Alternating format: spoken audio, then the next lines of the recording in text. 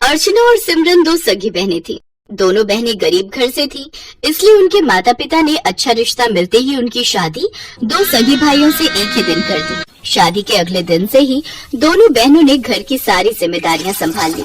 दीदी, मैं बहुत खुश हूँ कि हम दोनों बहनों की शादी एक ही घर में हुई। हम पहले भी साथ रहते थे और अब भी हमेशा साथ रहेंगे। हाँ मेरी छोटी बहन, हम दोनों को कोई अलग नहीं कर सकता। दोनों बहनें सारा काम एक साथ खुशी खुशी करती और एक दूसरे से खूब बातें करती। उन्हें एक साथ हंसता खेलता देख एक रोज उनकी सास कुंती देवी सोचने लगी, ये तो मुझसे बहुत बड़ी गलती हो गई जो दो बहनों को बहू बनाकर घर ले आई। जब देखो तब खुसुर फुसुर करती रहती हैं। ऐसे ही कुछ महीने बीते। फिर एक रोज सिमरन अपनी बड़ी बहन से, दीदी आज अमन जी की ऑफिस पार्टी है, इसलिए मैं इनके साथ जा रही हूँ, तो आप आज घर का काम अकेले ही संभाल लेना। ठीक है, तुम चिंता मत करो और पार्टी एंजॉय करना। उसके जाने के बाद कुंती देवी ने देखा रसोई में ढेर सारे गंदे बर्तन पड़े हैं। उसके लिए यही सही वक्त था दोनों बहनों में दरार डालने का। वो बड़ी बहू के पास गई और कहने लगी, अरे बड़ी बहू देख तो सिमरन सारे बर्तन ऐसे ही छोड़कर गई है, अब तुझे ही धोने पड़ेंगे। अब तू कब इन्हें धोएगी, फिर कब खाना बनाएगी और बाकी काम करेगी। वो महारानी तो वहाँ पार्टी एंजॉय कर रही है, तू बेचारी घर पर बर्तन घिसेगी। अरे वो चाहती तो तुझे भी साथ ले जा सकती थी। माँ जी, वो देवर जी के साथ उनकी ऑफिस पार्टी में गई है, भला वहाँ मेरा क्या काम। हाँ हाँ चल, उसकी तरफदारी करना बंद कर अब और काम पर लग जा। इसी तरह कुंती देवी की बातों को दोनों बहनें एक कान से सुनती और दूसरे से निकालती। ऐसे ही समय बीता। फिर एक रोज अमन की नौकरी चली गई। 3 महीने हो गए लेकिन कहीं भी अमन को नौकरी नहीं मिली और घर का सारा भार अकेले बड़े बेटे अशोक पर ही आ गया। फिर एक दिन सिमरन अर्चना के पास आई और कहने लगी, दीदी मेरा शैम्पू खत्म हो गया है, क्या मुझे कुछ पैसे मिल सकते हैं शैम्पू लाने के लिए।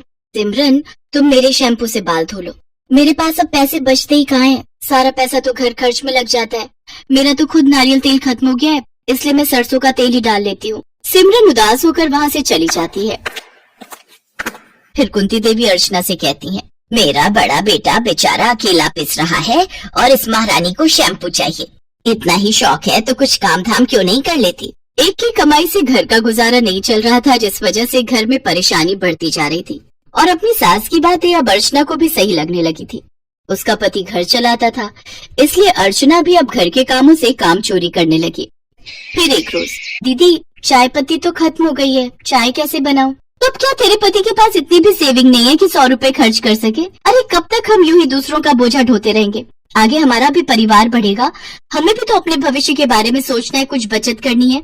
अपनी बहन के मुंह से ये बातें सुनकर सिमरन के दिल को गहरी चोट पहुंची और वो रोते हुए अपने कमरे में चली गई और अपने पति को सारी बातें बताई। भाभी भी तो सही कह रही है सिमरन, आखिर वो कब तक हमें मुफ्त की रोटियां खिलाती रहेंगी। अब हमें भी कुछ काम ढूंढना होगा, लेकिन कहीं नौकरी मिल भी तो नहीं रही, हम करें तो क्या करें। मेरे पास एक आइडिया है, हम दोनों पढ़े लिखे हैं तो क्यों ना हम बच्चों को ट्यूशन पढ़ाने का काम करें। वैसे भी यहाँ आसपास कोई ट्यूशन देने वाला नहीं है। ये तो बहुत ही अच्छा विचार है। फिर दोनों पति पत्नी ने बच्चों को ट्यूशन पढ़ाना शुरू कर दिया, जिससे उन्हें काफी अच्छी आमदनी होने लगी।